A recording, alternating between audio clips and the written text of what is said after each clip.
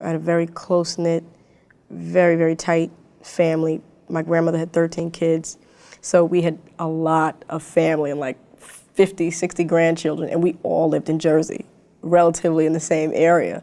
So every time there was something, you know, my entire family was there, and I just knew that everybody's family was like that, you know, and we were always there for each other. There was a lot of love.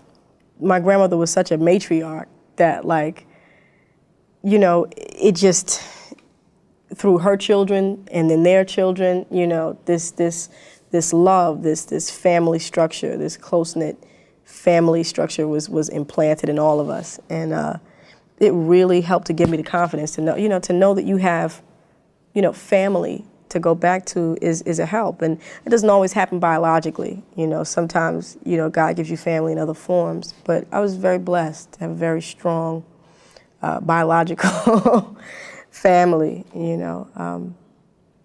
My brother's so funny.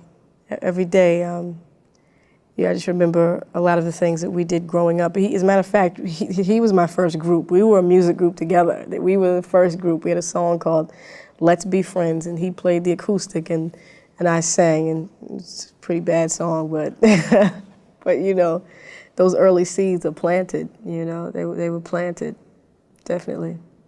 I would get my books via my mother's reading. I would sit there, she would read certain books, and I would go, now tell me about it, you know, and I'm sorry that I didn't pick them up myself. I didn't do that until a little bit later. I think as a child, I was into, the Beverly Quimby type, you know, Ramona Quimby, no, Beverly Cleary, yes.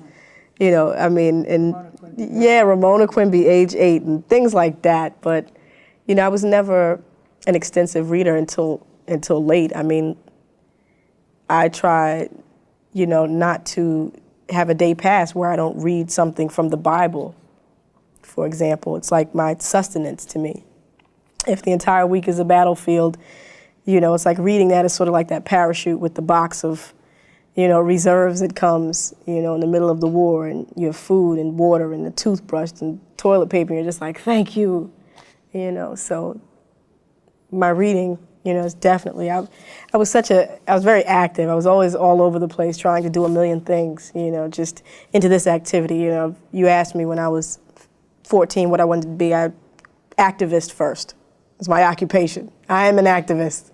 Yeah, after activist, it was, you know, I need to be a doctor, and then I'm going to minor in law, and, you know, this double major, and until I got into college, and I was like, whoa, wait a minute, wait, you know, I haven't even picked a major yet, and this is responsibility, and perhaps I should focus, and every day is a lesson in focus for me, you know, and not buying into sort of the world's concept of what you have to be. You know, I'm really try every day to be individual, and not just in, you know, my style or my look or my music, but in my approach to life. You know, even, you know, I don't want to be religious. I want to be spiritual. You know, anybody can be religious. Some people jog religiously. You know, you don't want to be that. You want to be spiritual. You want to have a relationship with God as opposed to doing what everyone else does. And it just, you know, it's about having that unique approach and finding out what works for you. And if what works for you may not work for someone else, you know. But that's exciting. When they could have easily said no, or we have no interest, you know, we're not going to drive you to this audition. No, you know, we're not going to allow you guys to practice and play the music in the living room. Or, you know, when they could have easily done that, they didn't.